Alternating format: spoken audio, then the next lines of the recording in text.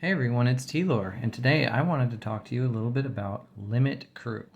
Now, there is one ship in the game that has a limit ability, but for the most part, you're going to be seeing Limit Crew being used. And if you're not using Limit Crew in your games and you have them, you might want to think about it a little bit. So I'm going to go over what Limit does and what you would want to use in your game. So Limit is an ability that you'll find on different kinds of cards. Like this one is an extremely powerful card that has the Limit ability. You may also find it on some very inexpensive cards that have the Limit ability combined with Ransom. So what does Limit do? You can have one piece that has Limit in the game for your side. So if you're playing a different player, they can have a piece that has Limit, you can have a piece that has Limit, but that's it. Now, if you capture a piece that has Limit, it doesn't really make any difference. This is really just a setup limitation. Now, I'm going to start with these two crew right here. And what are these crew? These are both rerollers, but you'll notice there's a big difference in between them. One of them is 0 points and one of them is 3 points.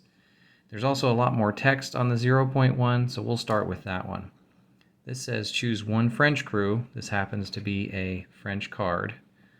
During setup, this crew is linked to that crew. Once per turn, reroll any die roll made for this ship. You must use the second die roll result. That portion of text is the same as any other reroller. It also has Limit and Ransom. Now, Limit, as I said, limits you to having one in your fleet. Anything that says Limit. And then Ransom means that if this crew is captured or killed, even by sinking on a ship or something like that, that your opponent's going to get gold for that. If they capture it, they get 5 gold. If they kill it, they get 1 gold. So that means that that can be the difference between you winning and you losing, but that ransom really helps reduce the cost of this crew.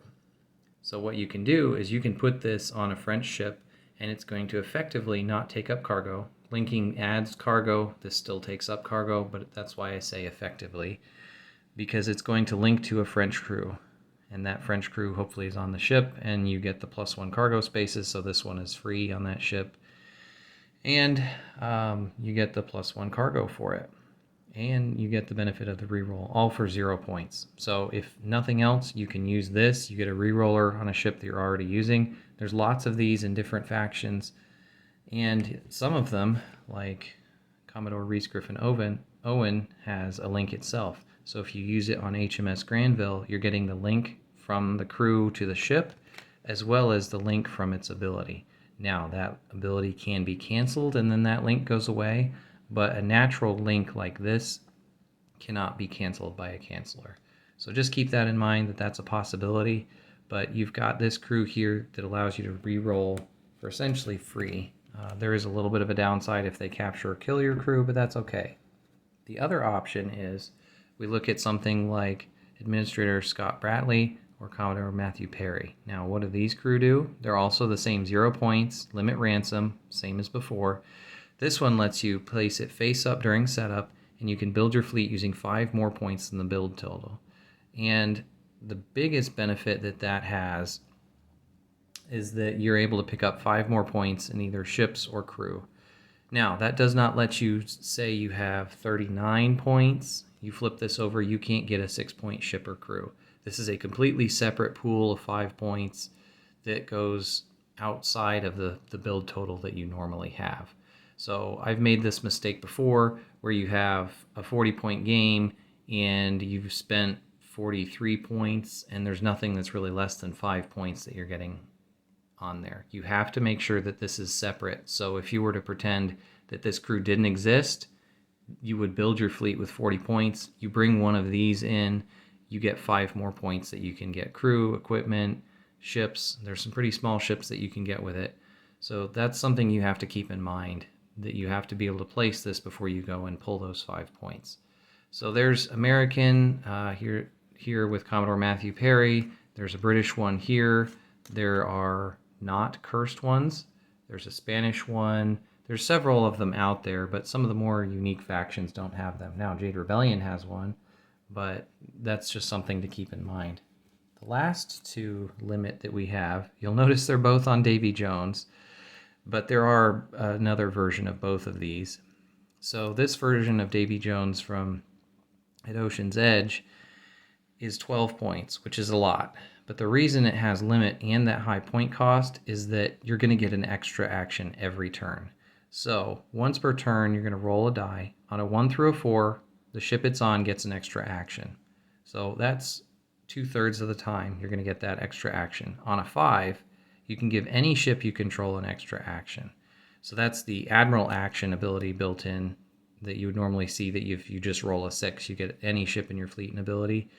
But on this one, if you roll a 6, you give an enemy ship an action, and you can use the crew that are on that ship. You can give it legal abilities to suddenly start shooting your opponent's ships or their friendly ships.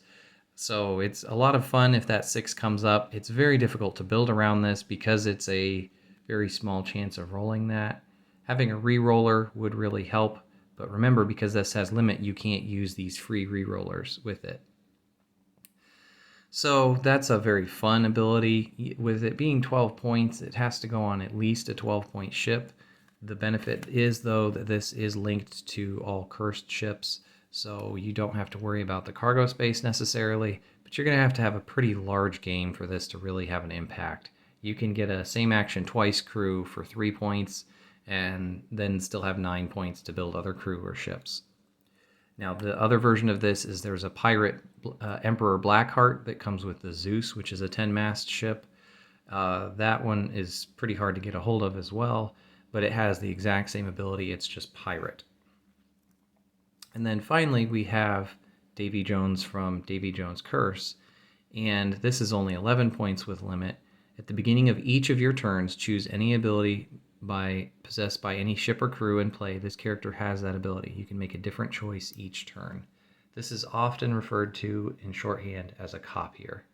Now there's another ship called Behemoth that is a 5-mast sea monster that has this same ability built into it. So you can either choose Davy Jones or Behemoth, but Behemoth is super rare in Davy Jones Curse, so I don't have it. But this is how I do a lot of the crazy combos that I come up with, because with this you can get crew or abilities on ships that you wouldn't normally. Now, it being 11 points, it's very difficult to get onto a ship unless you have a high build total or you have some of the crew that ignore the point cost of the ship, but this is a pretty fun way to spend your limit. So if you're not planning your fleet around either of these, then you want to try and look at some of these free limit crew. So for both of these, because of the point cost and how they work, you really have to plan your entire fleet around their presence. While these, if you've got some extra space at the end of your fleet, like a cargo space or something somewhere, you can throw these on. And I would suggest, if you're not getting the extra 5 points from your crew here, and you don't really need it, or it's a faction that you don't have it for or something like that, try and pick up one of these. Having a re-roller on a ship that effectively takes up no cargo space can be a pretty big deal, especially for 0 points. Now, I will say the swing is, if you were to try and take one of these crew, you get plus 5 points. You can still pick up a regular re-roller for 3 points and have 2 points left over. So in most cases, this is the way to go. Now, if you're constrained on cargo space, or you don't really have anything else that you need those 2 points for, which is pretty unlikely, then you can go with these re-rollers. And I'll typically use these on ships that are constrained for cargo space, and then I just don't necessarily need those 2 extra points.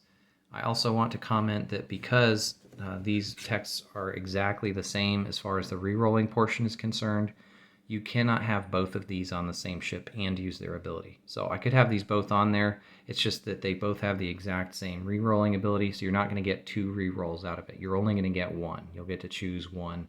Now, if one of them were to be killed off, then you could use the other one, but there's really no benefit to having both of these on the same ship.